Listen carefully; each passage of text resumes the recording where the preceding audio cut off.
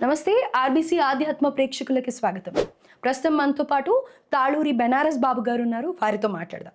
నమస్కారం గురు. నమస్తే అమ్మా. గురుగారు, శివాయ విష్ణు రూపాయ విష్ణవే శివరూపాయ అని అంటూ ఉంటారు. అంటే శివుడికి విష్ణువుకి భేదం లేదు అనేది పురాణాల్లో కానీ మన హిందూ తత్వంలో కానీ చెప్పడం జరిగింది. కానీ మనుషులుగా ఏర్పరచుకున్నదే శివుడి భేదం, విష్ణువు భేదం. దీని గురించి పెద్ద చర్చ కూడా జరుగుతోంది. అసలు శివుడికి విష్ణువుకి భేదం ఉందా? దీని గురించి పూర్తిగా వివరంగా తెలియచేయండి గురుగారు. నమశివాయ, ఓం నమో నారాయణాయ. ఈ రెండిట్లోంచి కలిపి పుట్టినటువంటి నామం శ్రీరామ అనేటువంటి నామం. ఈ రామనామము పుట్టిన దానికి శివుడు ఆధారమయ్యాడా లేదా? అలాగే రామనామం పుట్టుకి విష్ణు ఆధారమైందా లేదా? అంటే అక్కడనే శివకేశవులను కలిపిన తత్వం, ఏకైక తత్వం ఏదైనా ఉన్నది అంటే ప్రపంచంలో అది రామతత్వంగా బయటికి వచ్చింది. ఇప్పుడు మనము శివుణ్ణి వేరుగా విష్ణువుని వేరుగా చూస్తున్నామంటే పంచమహాపాతకాలన్నీ కూడా వాళ్ళకి చుట్టుకుంటాయి, అలా చూచినటువంటి వాళ్ళకి అని మనం నిక్కచ్చుగా కూడా చెప్పవచ్చు. ఎవరైనా అలా భేదంగా చూచినట్లయితే అది చాలా దోషము. చాలామంది మేము ఫలానా ఆచారం వాళ్ళండి, మేము ఫలానా ఆచారం అని ఆ ఆచారాన్ని పాటిస్తున్నటువంటి వారు ఏ దేవుణ్ణి అయితే కొలుస్తున్నారో, అంటే ఉదాహరణకి ఇప్పుడు నేను వైష్ణవుని అనుకుందాం. నేను వైష్ణవుని కాబట్టి నాకు వైష్ణవ దేవతలే ప్రాధాన్యం అని నేను శివుణ్ణి విమర్శించిన, లేదు నేను శైవాచారాన్ని పాటించేటి వ్యక్తిని అనుకోండి, నేను విష్ణువుని దూషిస్తూ మాట్లాడినా, వారి దేవతను ఎవరైతే కొలుస్తున్నాం అనుకుంటున్నారో వారి దేవతనే వారు కించపరుస్తున్నారు అనేది మనం ఇక్కడ బాగా ఆలోచన చేయవలసినటువంటి ముఖ్యమైన విషయం. మనకి ఇది చాలా తప్పు. ఆ గురువులు కూడా వారి వారి ఆచారానికి సంబంధం, అంటే మనకి ప్రధానంగా కనిపిస్తున్నటువంటిది శంకరాచార్య సంప్రదాయం, మధ్వాచార్య సంప్రదాయం, తర్వాత ఈ రామానుజాచార్య సంప్రదాయం. దీనిలో ఈ గురువులు పరంపరలో వచ్చేటువంటి గురువులు కూడా దీని గురించి తప్పనిసరిగా ఇలా చేయటము చాలా తప్పు. మన దేవుణ్ణి మనం పూజ చేస్తూ పక్క దేవుణ్ణి గౌరవించాలి, పూజించాలి, అభిమానించాలి, నమస్కరించాలి అని చెప్పాలి తప్ప పక్క దేవుణ్ణి మనము కొలవరాదు, అదేదో మహాపాపం చేసినట్టుగా భావన చేయరాదు అనేటువంటి విషయాన్ని చెప్పనప్పుడు చివరికి వారి గురువుల మీదకి కూడా ఈ నింద వెళ్ళే పరిస్థితి వస్తుంది అని చెప్పడంలో ఎటువంటి సందేహం కూడా లేదు నాకు. అయితే ఇప్పుడు ఇద్దరు మీరు అన్నట్టుగా విష్ణువుని ఆరాధించే వాళ్ళ గురువులు, వాళ్ళ శిష్య బృందము, అలాగే ఇటుపక్క కూడా శివుడిని ఆరాధించే వాళ్ళు, వాళ్ళ గురువులు, వాళ్ళ శిష్య బృందాలు ఉంటాయి. ఇక్కడ గురువులు చెప్పనప్పటికీ కూడా ఈ బృందాలుగా ఏర్పడిన వాళ్ళు మటుకు మీరు వేరే మేము వేరే అనేది మాత్రం ఎక్కువగా ప్రచారం చేస్తూ ఉన్నారు, ఆ వివక్ష చూపిస్తూ ఉన్నారు. అయితే అది ఈ మధ్య కాలంలో ఇంకా ఎక్కువగా ఇది చర్చ జరగడం ఒకటి, అలాగే ఈ ఆలయాలకి సంబంధించి కూడా ఇలా పెట్టకూడదు అనే నిబంధనలు ఏమన్నా అలా ఉన్నాయా, లేకపోతే అలాంటి గుళ్ళు ఏమన్నా ఉన్నాయంటారు? అంటే శివుడు విష్ణువు భేదం లేనటువంటి గుళ్ళు ఏమన్నా ఉన్నాయంటారు? చాలా మంచి ప్రశ్న వేశారు. ఈ గురువులు ముఖ్యంగా ఎవరైతే వారి గురుస్థానాన్ని సర్వ సంప్రదాయ సారము ఒకటే, పరమాత్ముడి యొక్క దర్శనానికి. భగవంతుడు కొండ మీద ఉన్నాడు, ఒకళ్ళు అన్నారు దేవుడు పైన ఉన్నాడు వెళ్ళి చూడండి అని చెప్పారు. చూచినప్పుడు చక్కగా ప్రయాణం మొదలెట్టాడు, వెళ్ళారు, అది అద్వైతం అయ్యింది. ఇంకొకళ్ళు ముళ్ళు ఉంటాయి, పాములు ఉంటాయి, తేళ్ళు ఉంటాయి అంటే ఇట్లాగా జాగ్రత్తలు ఎక్కువ చెప్పారు. ఈ జాగ్రత్తలు చెప్పినటువంటి వాళ్ళు వైష్ణవ తత్వంగా వెళ్ళింది అది. కానీ వెళ్ళి చూసింది ఎవరిని? పైన కొండ మీదకి వాళ్ళు జాగ్రత్తలు ఎక్కువ తీసుకుని వెళ్ళారు. ఈ అద్వైతంలో వాళ్ళు జాగ్రత్తలు తీసుకోలేదా? వెళ్ళిన తర్వాత అక్కడ ఎట్లాగో సమస్య వచ్చినప్పుడు దాన్ని తప్పించుకోవడానికి వారి మనసు ఇంకొక దారిగా వెళ్ళే ఆలోచన వారికి ఉంటుంది కదా. ఇది వివరం చెప్పక్కర్లేదు. భగవంతుడిని చూడాలి అనుకున్నప్పుడు మన మనస్సుని శ్రద్ధ పెట్టినప్పుడు భగవంతుడే మనకు మార్గాన్ని చూపిస్తాడు. కాబట్టి ఆ కొండ మీద దేవుణ్ణి చూడటానికి ఎన్ని మార్గాలు? నువ్వు తూర్పు దిక్కు నుంచి ఎక్కినా దేవుణ్ణి చూడాలి, పశ్చిమా నుంచి ఎక్కినా దేవుణ్ణి చూడాలి, ఉత్తరా నుంచి ఎక్కినా దేవుణ్ణి చూడాలి, దక్షిణా నుంచి ఎక్కినా దేవుణ్ణి చూడాలి. నీ అంతిమ లక్ష్యం పైనుండేటువంటి పరమేశ్వరుడి యొక్క దర్శనం. నువ్వు దానికి పరమేశ్వరుడు అనుకున్నావు, నువ్వు దానికి విష్ణువు అనుకున్నావు, నువ్వు దానికి అమ్మవారు అనుకున్నావు, ఏదో ఒక నామంతో పెట్టుకున్నావు, వెడుతున్నావు దర్శనానికి. చక్కగా వెళ్ళు, పూజించు, అంతేగాని నేను వెళ్ళిందే కరెక్టు, నీవు వెళ్ళింది మహాపాపిష్టి మార్గం అని అంటాం అనేటువంటిది చాలా తప్పు. ఎందుకంటే ఇద్దరు కూడా సనాతన ధర్మానికి సంబంధించినటువంటి సంప్రదాయవాదులే ఇక్కడ. సో సనాతన ధర్మాన్ని వీడు విభేదించినట్లు అవుతుంది. ఇట్లా మాట్లాడటం మూలకంగా అమ్మ ఇది ఒక మతాచారంలాగా అయిపోతుంది మళ్ళీ ఇక్కడ కూడా. ఇప్పుడంటే మనం పరమతాల గురించి మాట్లాడుతున్నట్టుగానే ఇవి ఒక మతాచారం లాగా అయిపోయి నా మతం గొప్ప నీ మతం గొప్ప అనుకునేటువంటి వాళ్ళు ఎట్లా ఉంటాయో ఈ సనాతన ధర్మంలో ఉండి దీన్ని ఖండించకపోతే, దయచేసి నేను మన ప్రేక్షకులందరికీ చెప్తున్నాను, శివకేశవుల్ని భేదం గనక మీరు చూచినట్లయితే పంచమహాపాతకాలన్నీ కూడా మిమ్మల్ని ఆశ్రయిస్తాయి. అలా ఎప్పుడు కూడా చూడరాదు. ఇందాక మీరు అన్నారు అలాంటి దేవాలయాలు ఏమైనా ఉన్నాయా అని చెప్పేసి. మన తెలంగాణ క్షేత్రంలో ప్రధానమైనటువంటి తెలంగాణ తిరుపతిగా పిలువబడుతున్నటువంటి విశేషమైనటువంటి గొప్ప 108 వైష్ణవ దివ్య దేశాలు లాంటి దేశాలకు సంబంధించినటువంటి ఒక క్షేత్రంలో శివకేశవులు ఇద్దరు కూడా ఒకటే ఆలయంలో ఒక 4 అడుగుల దూరంలోనే ఒకటే ప్రాంగణంలో ఒకటే చోట చక్కగా విష్ణుమూర్తి వారు వచ్చి ఉత్తర దక్షిణాలుగా ఉంటే శివుడు తూర్పు పడమరలుగా అక్కడ ప్రతిష్ఠితమైనటువంటి పెద్ద దివ్యమైనటువంటి క్షేత్రం మనకి తెలంగాణలో జమలాపురము అనేటువంటి ఊర్లో జమలాపురం వెంకటేశ్వర స్వామి వారి దేవస్థానం ఉన్నదమ్మా. ఆ దేవాలయానికి కనుక మీరు వెళ్ళినట్లయితే ఇప్పుడు చూడండి, ఇప్పుడు అది ఆ విశేషమైనటువంటి క్షేత్రంలో శివుణ్ణి విష్ణువుని ఎలాగైతే ఉన్నదో మన మనసు లోపల కూడా మనం ఇద్దరిని ఒకటే పీఠం మీద ఏర్పాటు చేసుకున్నప్పుడు మాత్రమే మనం నిజమైనటువంటి సనాతన ధర్మవాదులం అవుతాము. కాబట్టి ఈ జమలాపురంలో చాలా విశేష శక్తి ఉన్నది, ఆ స్వామివారి శక్తి. అంటే ఎందుకని అలా ఏర్పరచడం జరిగింది? అదే ఇప్పుడు మీకు చెప్తున్నాను. దానికి అలా రావడానికి కారణం ఏమిటని, ఒకసారి స్వామివారు ఆ జమలాపురానికి దగ్గరగా ఉండేటువంటి కొండ మీద వారు అక్కడ ఉన్నారని తెలుసుకుని ఒక భక్తుడికి స్వప్నం ద్వారా స్వామివారు సందేశాన్ని ఇచ్చారు. ఇచ్చినప్పుడు ఆ భక్తుడు వేరే ప్రాంతంలో ఉన్నాడు, జమలాపురంలో కూడా లేడు. అక్కడ ఆ ఊరి నుంచి వదిలేసుకుని ఈ ఊరికి వచ్చి స్వామివారిని వెతుక్కుంటూ ఉన్నారట. ఎక్కడున్నారని చెప్పి వెతుకుతూ ఉంటుంటే 4 చిన్నపిల్లల రూపంలో అక్కడ ఇతనికి ఎవరో ఆడుకుంటున్నట్టుగా ఒక బృందం కనిపించింది. కొత్తగా వెళ్ళిన ఆ ఊరికి వెళ్ళిన వ్యక్తికి. ఆయన ఆ వచ్చే సందర్భంలో స్వామివారికి ఏదైనా ప్రసాదం తినిపించాలి అని చెప్పేసి ఒక ప్రసాదాన్ని కూడా చేసుకుని స్వామివారు అక్కడ ఉన్నారంట కదా, మనం వెతుకుదామని చెప్పి ఈ 4 పిల్లలు ఆడుకుంటున్నటువంటి దాని నుంచి ఒక పిల్లవాడు, నువ్వు నా గురించేగా వచ్చింది, నాకు ఇచ్చేసేయి అని అడిగాడటమ్మ స్వామివారి. ఆ అడిగినటువంటి పిల్లవాడే స్వామివారు అనేది తర్వాత ఈ వెళ్ళిన భక్తుడికి అర్థమైంది. అంటే స్వామివారు ఏ విధంగా తన భక్తుడిని కలలో కనిపించిన తర్వాత ఈ ఊరికి వచ్చిన తర్వాత ఊళ్ళో ఎక్కడ ఉన్నాడని తెలుసుకుంటానికి అప్పుడు కూడా ఊళ్ళో ఎవరికీ తెలియదు.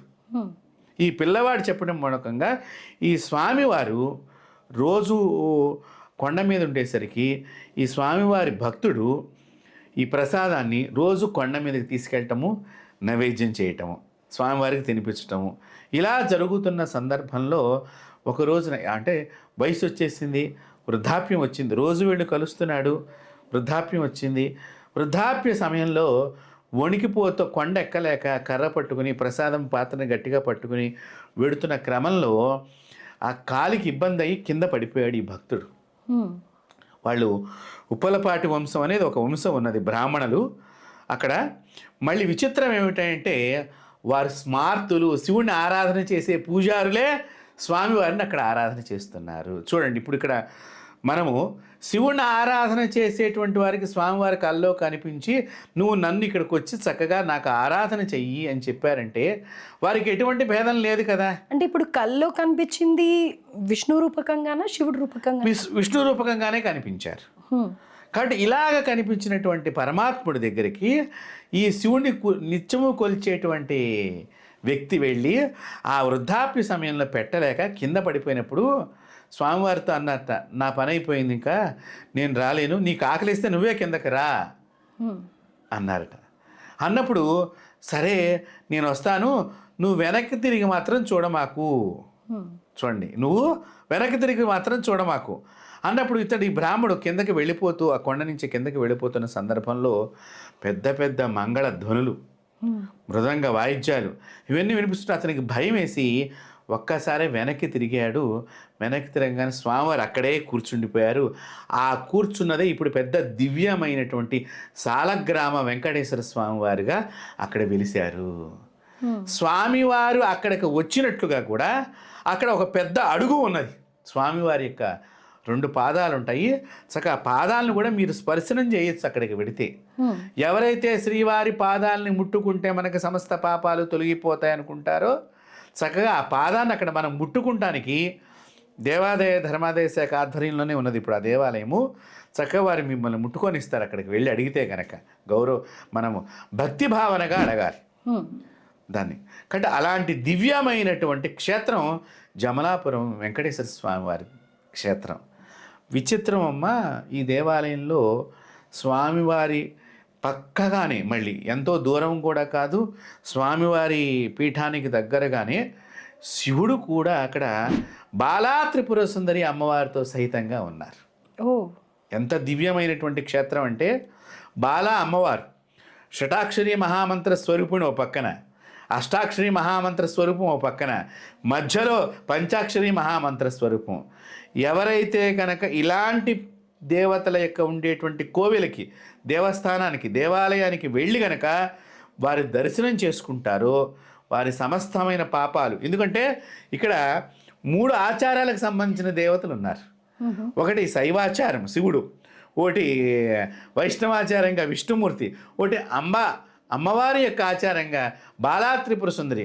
ముఖ్యంగా ఈ బాలా త్రిపుర సుందరి అమ్మవారి యొక్క శాక్తేయ సంప్రదాయంలో తొలిమెట్టుగా మంత్రదీక్ష ఇచ్చేటువంటి దానిలో ఆవిడ తొలి మంత్రదేవత అక్కడ, బాలామంత్రం. అందులో ప్రధానంగా శివుడికి సంబంధించింది పంచాక్షరి స్వరూపం అక్కడ ఉన్నది. అలాగే విష్ణు స్వరూపకంగా స్వామివారు ఇలా కూర్చున్నట్టుగా కూడా భంగిమ ఆ శిల మీద అలాగా వెలిసిపోయారు. అప్పటిదాకా అక్కడ ఏం కొండ లేదు, ఆ కొండ అప్పటికప్పుడు వచ్చేసింది అనమాట. అంత దివ్యమైనటువంటి క్షేత్రం అది. విచిత్రం ఇంకా చెబుతున్నాను మీకు, ఎక్కడా కూడా ప్రపంచంలో ఎక్కడా కూడా ఒక వెంకటేశ్వర స్వామి వారి కోవెల మీద, గోపురం మీద శివుడి యొక్క బొమ్మ ఉంటుందమ్మా. కానీ ఈ జమలాపురం వెంకటేశ్వర స్వామి వారి యొక్క కోవెల పైన దక్షిణామూర్తి విగ్రహం ఉన్నది. చూడండి ఇక్కడ. కాబట్టి ఎవరైతే ఈ యొక్క దక్షిణామూర్తిని మనం చక్కగా కోవెల పైన వెంకటేశ్వర స్వామి వారి పైన గోపురం మీద, అక్కడ నుంచి విగ్రహానికి పైభాగంలో గోపురం మీద దక్షిణామూర్తి విగ్రహాన్ని అక్కడ మనం విమాన దక్షిణామూర్తిగా భావన చెయ్యాలి వారిని. అంటే ఇక్కడ ఏమిటి, నేనే గురువుని, నేనే విష్ణువుని, నేనే అమ్మను, నేనే శివుణ్ణి అని ఏకైకంగా చెబుతున్నటువంటి స్వరూపమైనటువంటి శివుడు, అమ్మవారు, గురువు, విష్ణువు కలిసినటువంటి ఏకైక శక్తిపీఠం ఏదన్నా ఉంది భారతదేశంలో అంటే అది జమలాపురం వెంకటేశ్వర స్వామి వారు. శక్తిపీఠంగా భావించవచ్చు. అంతే కదా మరి. సర్వ ఆచారాలకి సంబంధించిన శక్తి స్వయంగా స్వామివారు వెలిసిన క్షేత్రం. మరి అది శక్తిపీఠమే కదా. పీఠము అంటే ఏమిటి, మనము అమ్మవారిని మనం మామూలుగా శక్తిపీఠాల కింద కొలుస్తాం. అలా కాదు, అందరూ దేవతలు అక్కడికి ఒకటే సమయంలో వచ్చి కూర్చున్నటువంటి పీఠం అది. దానిని ఒకానొక సందర్భంలో శృంగేరి పీఠాధిపతుల వారు ఆ ప్రాంతానికి విచ్చేసి స్వామివారిని చూచినప్పుడు, స్వామివారిని ఇప్పుడు అక్కడ మనకి శిలారూపకంగా కనిపిస్తున్నారు, సాలగ్రామ శిలారూపకంగా మీరు చక్కగా పూజలు చేస్తున్నారు, బాగానే ఉంది. కానీ ఈ స్వామివారిది ఏ రూపము అని తెలియాలి అంటే మీరు ఇక్కడ స్వామివారి యొక్క విగ్రహాన్ని ప్రతిష్ఠ చేయాలి అని చెప్పేసి అప్పట్లో శృంగేరి పీఠాధిపతుల వారు అక్కడ ఉండేటువంటి అర్చకులకి సెలవిచ్చారు.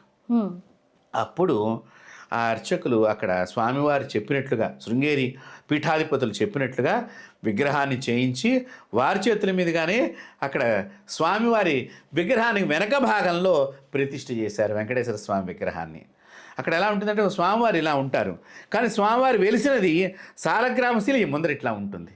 ఆయన ఇలా నడుము మొత్తం తలకాయ ఇలా ఇలా పడుకున్నట్టుగా ఆ రూపమంతా సాలగ్రామం అలా కనిపిస్తూ ఉంటుంది, శయనమూర్తిగా అక్కడ. కాబట్టి ఇది చాలామందికి తెలియదు. పీఠాధిపతులం కాబట్టి దివ్య దృష్టితో వారికి ఉండేటువంటి పరమ భక్తి శక్తితో వారు చూడగలుగుతున్నారు, చెప్పగలుగుతున్నారు. మీకు కూడా మీ వంశంలో మీ పెద్దల నుంచి ఈ క్షేత్రాన్ని, అక్కడ ఒకటే వంశం ఇప్పటికి కూడా 1-2 వంశాలు వాళ్ళు పూజ చేస్తున్నారు ఆ దేవాలయాన్ని. మీకు మాత్రమే మీ పెద్దల దగ్గర నుంచి ఈ చరిత్ర ఉన్నది కాబట్టి. కానీ సామాన్యుడికి ఇక్కడ ఏ దేవుడు ఉన్నాడని తెలియాలి అంటే స్వామివారిని ప్రతిష్ఠ చెయ్యాలి అని శృంగేరి పీఠాధిపతులు సెలవు ఇవ్వటం జరిగింది. అప్పటి నుంచి కూడా అక్కడ వెంకటేశ్వర స్వామి వారి విగ్రహాన్ని ప్రతిష్ఠ చేశారు. ఇంకా దివ్యమైనటువంటి భవ్యమైనటువంటి విశేషం ఏమిటంటే అక్కడ మీకు తిరుమలలో స్వామివారికి శుక్రవారం రోజున అభిషేకం జరుగుతుంది. కానీ శుక్రవారం రోజున జమలాపురంలో అభిషేకం జరగదు, శనివారం రోజున జరుగుతుంది. ఎందుకని అలా? అక్కడ అది విశేషం. ఆ విధంగా అర్చనామూర్తికి వారు ఆ విధంగా పెట్టుకోవటం జరిగింది అక్కడ. అవును, వైష్ణవ ఆలయాల్లో ఎక్కడ చూసినా కూడా శుక్రవారం రోజునే స్వామివారికి అభిషేకం. కానీ ఇక్కడ మాత్రమే, ఇక్కడ విశేషంగా ఎందుకు జరుగుతోందంటే శనివారము వెంకటేశ్వర స్వామికి ప్రీతి, అలాగే ఈశ్వరుడికి కూడా చాలా ప్రీతి. సోమవారం అంటారు కదా గురువు. సోమవారం ఈశ్వరుడికి శనివారం చాలా విశేషం అమ్మ. సోమవారంతో పాటు శనివారం చాలా విశేషం. కాబట్టి ఈ శివకేశవులకి భేదం లేని రోజుగా శనివారం రోజున అక్కడ జమలాపురం వెంకటేశ్వర స్వామి వారికి మీకు చక్కగా అభిషేకం అవుతుంది. శుక్రవారం రాత్రి నిజపాద దర్శనం జరుగుతుంది స్వామివారికి అక్కడ. చూడండి మనకి ఎంత దివ్యమైనటువంటి భవ్యమైనటువంటి క్షేత్రం అంటే చాలా క్షేత్రం. కాబట్టి అలాంటి స్వామివారి వెలిసిన దగ్గరే శివకేశవుల భేదం లేదే. మనం ఏదో నేను పరమ వైష్ణవ భక్తుడిని కాబట్టి నేను శివుణ్ణి కొలవను, నేనేదో పరమ శైవ భక్తుడిని విష్ణువుని కొలవను అనుకుంటే మాత్రం వారి వంశము అది నాశనానికి నాంది అవుతుందని చెప్పడంలో ఎటువంటి సందేహం లేదు నాకు. ఎందుకంటే భగవంతుణ్ణి మనం భేదభావనగా చూడవద్దు, మార్గాలు వేరవ్వచ్చు. ఇప్పుడు మీకు వంకాయ కూర అంటే బాగా ఇష్టం, నాకు ఆవకాయ పచ్చడి అంటే ఇష్టం. కానీ నేను కడుపు నిండా అన్నం తిన్నాను, దేంతో అన్నం తింటాను అది నాకు మీరు పెడితే సంతోషపడతాను. కాబట్టి నేను తినేదే గొప్పది అని మీరు అనుకుంటే ఎట్లాగా?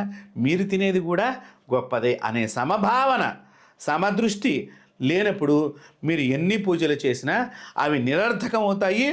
దాన్ని సమర్థించిన వాళ్ళకు కూడా మహాపాపం చుట్టుకుంటుంది.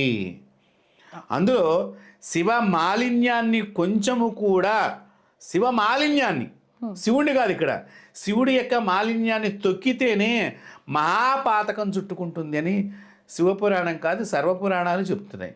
శివుడే ప్రధానమైన శక్తిగా చెప్తున్నాయి. మరి అలాంటిది మనం స్వామివారిని వేరువేరుగా మనం భావన చేసి మనం ప్రచారం చేస్తున్నా, లేదా ఆ విధంగా మనం భక్తుల లోపలికి తీసుకెడుతున్నా ఇది మహా దోషం. అలాగే గురుగారు, అంటే అలాగే ఇక్కడమ్మా ఈ జమలాపురంలో మీరు పిల్లలకి చదువు రావటం లేదు, చాలామంది మంచి మార్కులు పాస్ కావటం లేదు. ఇప్పుడు మన హైదరాబాద్లో వీసా రాకపోతే మనం ఒక దేవాలయానికి వెళ్ళి ప్రదక్షిణ, మీ పిల్లలకు కనుక చదువు రాని ఎడల, మీ పిల్లలు సరిగ్గా మాట వినకపోతే జమలాపురం వెళ్ళి ఈ విష్ణువుకి శివుడికి మీరు ప్రదక్షిణ చేసినప్పుడు త్రిమూర్తులు అంటే ఏమిటి, బాలా త్రిపుర సుందరి ప్రదక్షిణ అవుతుంది, శివుడి యొక్క ప్రదక్షిణ అవుతుంది, విష్ణువు యొక్క ప్రదక్షిణ అవుతుంది. త్రిమూర్తులు అంటే వాళ్ళు. ఆ 3 మూర్తులకి కూడా ప్రదక్షిణం కనుక మీరు చేసినట్లయితే మీ పిల్లల లోపల చాలా చైతన్య శక్తి పెరుగుతుంది, జ్ఞానశక్తి పెరుగుతుంది, మంచి ఆలోచనలు కలుగుతాయి. అంతటి దివ్యమైనటువంటి క్షేత్రం అది. అయితే ఇక్కడ నియమాలు ఏమన్నా ఉన్నాయా, ఇన్ని ప్రదక్షిణలు చేయాలి అనేది? అలాగా ఈ దేవాలయంలో వెళ్ళినటువంటి వారు ప్రతి ఒక్కరూ కూడా 16 ప్రదక్షిణాలు తప్పకుండా చెయ్యాలి. కారణం ఏంటంటే ముగ్గురు కూడా గురుత్రయంలో ఉన్నటువంటి ప్రధాన దేవతలే. కాబట్టి గురుమూర్తి, గురునిధి, గురుగోమాత, గుహోజన అమ్మవారు చెప్తోంది. శివాయ గురవే నమః ఆయన చెప్తున్నాడు. నారాయణ సమారంభం వ్యాసశంకర మధ్యమామ, గురు పరంపరలో నారాయణుడు కూడా వచ్చాడు. కాబట్టి ఇది గురుక్షేత్రం కింద మనం భావన చెయ్యాలి. ఈ గురుక్షేత్రం అయినటువంటి దానిలో 16 సార్లు కనుక ప్రదక్షిణం చేసినట్లయితే మన పిల్లలకి చక్కని విద్య లభిస్తుంది, మొండిగా ఉన్న పిల్లల లోపల కూడా మార్పు లభిస్తుంది.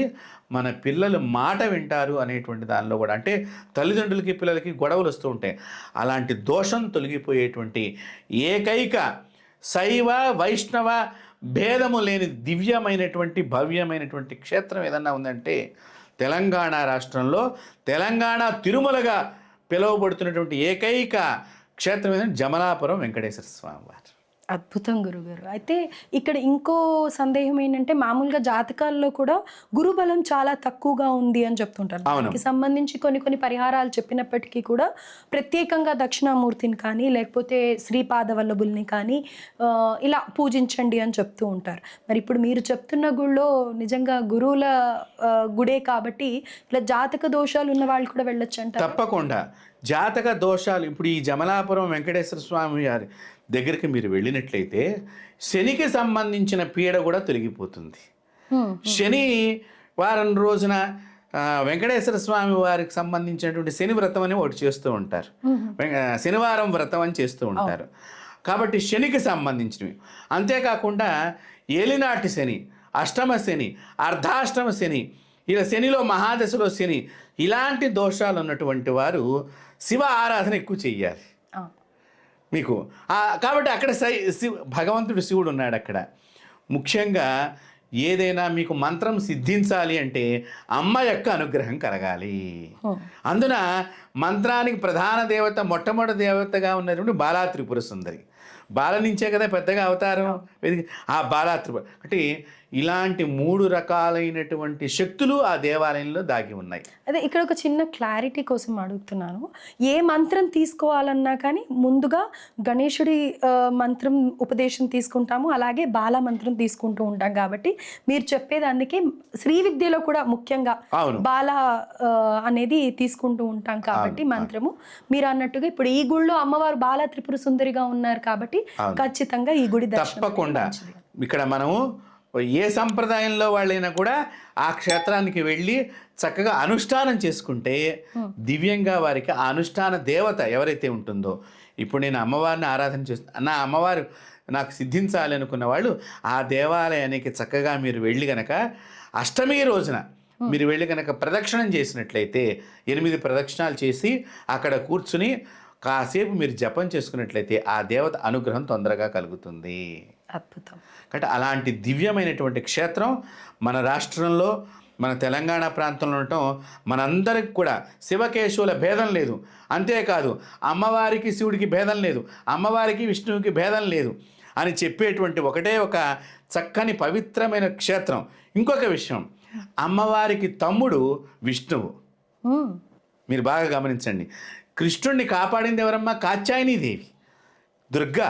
కాత్యాయని అంటే దుర్గా. దుర్గా ఆ కృష్ణుడిని ఎల్లప్పుడూ ఇలా కాపాడుతూ ఉంటుంది.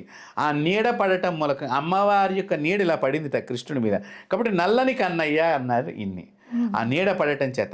కాబట్టి ఇక్కడ మనం చుట్టరికంగా చూసుకున్నా కూడా బావుమరిది, బావగారు, అక్క ముగ్గురు కలిసి ఒకటే దేవాలయంలో ఉండటం మహావిశేషం.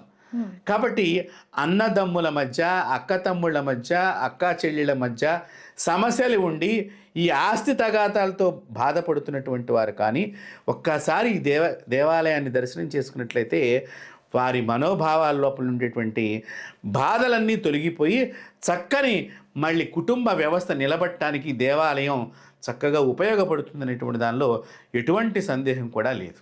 రైట్. అంటే ఒక గుడికి మనము ఎనర్జైజ్ అవ్వడానికి, మనలో ఉండే ఆ నెగటివిటీని తొలగించుకోవడానికి వెళ్తూ ఉంటాం. పలానా కోరిక గురించి వెళ్ళాలి అనేది అది మామూలుగా చెప్పుకుంటుంటాం, కానీ ఎవరైనా వెళ్ళొచ్చు.